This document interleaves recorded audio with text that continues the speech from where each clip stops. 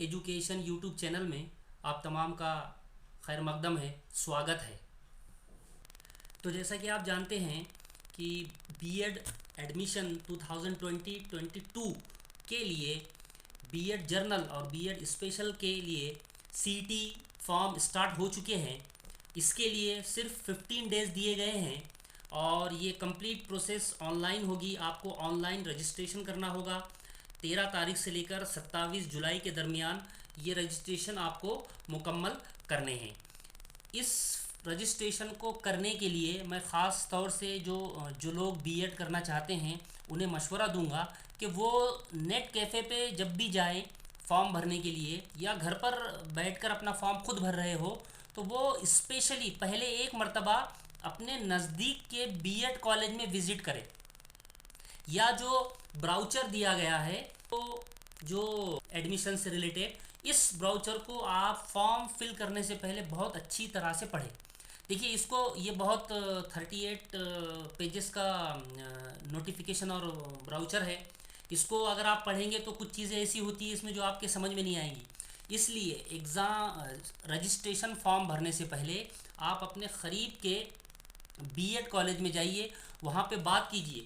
देखिए, होता क्या है कि आपको सीईटी देनी है, वो 100 मार्क्स की होती है ना। 100 मार्क्स की अगर आप सीईटी देते हैं तो आप सिर्फ मराठी मीडियम कॉलेज के लिए एलिजिबल होंगे।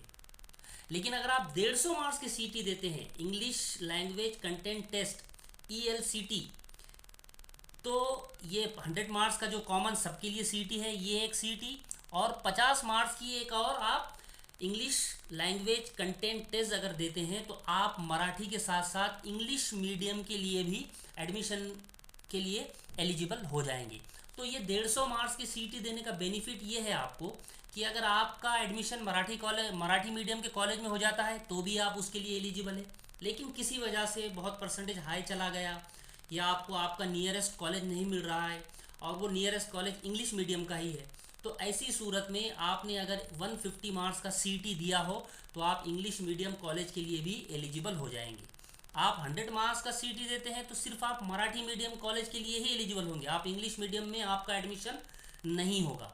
लेकिन अगर आप 150 मार्क्स का सीईटी फॉर्म भरते हैं और एग्ज़ाम देते हैं तो आप मराठी मीडियम के लिए भी एलिजिबल होंगे और इंग्लिश मीडियम के लिए भी एलिजिबल होंगे। तो मेरा ऐसा जनरल एडवाइस है आपके लिए कि आप ये इस साल का जो बीएड सीईटी एडमिशन फॉर्म है वो 150 मार्क्स के लिए भरिए और 150 मार्क्स के लिए ही जो है तो उसका एग्ज़ाम दीजिए, ताकि आप मराठी और इंग्लिश दोनों मीडियम के कॉलेज के लिए एलिजिबल हो सके। और अगर आप इंग्लिश लैंग्वेज कंटेंट टेस्ट के लिए अप्लाई नहीं करते हैं, सिर्फ 100 मार्क्स का सीईटी देते हैं, तो आप सिर्फ मराठी मीडियम के कॉलेज के लिए ही एलिजिबल होंगे। इंग्लिश मीडियम कॉलेज में आपका एडमिशन, चाहे आप मेरिट में आए हो, बीएड सीईटी के रिज़ल्ट में आपका नाम सबसे टॉप पर हो, इंग्लिश मीडियम कॉलेज में आप एडमिशन नहीं ले सकते हैं। यहाँ पर साफ साफ बताया गया है, no request for this after the CET application form has been submitted. एक बार आपने अपना BEd CET form registration form submit कर दिया, उसके बाद उसमें कोई चेंज नहीं होगा। इसलिए उस रजिस्ट्रेशन को फाइनल सबमिट करने से पहले आप ये इंग्लिश लैंग्वेज कंटेंट टेस्ट को भी ज़रूर चेक मार्क कीजिए। एक सिंपल सेंटेंस पूछा जाता है, देखिए कि do you want to appear English language content test, आगे यस और नो होता है, आपको वहाँ पर यस करना है। ये फॉर्म किस तरह से भरना है इसका हम एक अलग से वीडियो बनाने वाले हैं।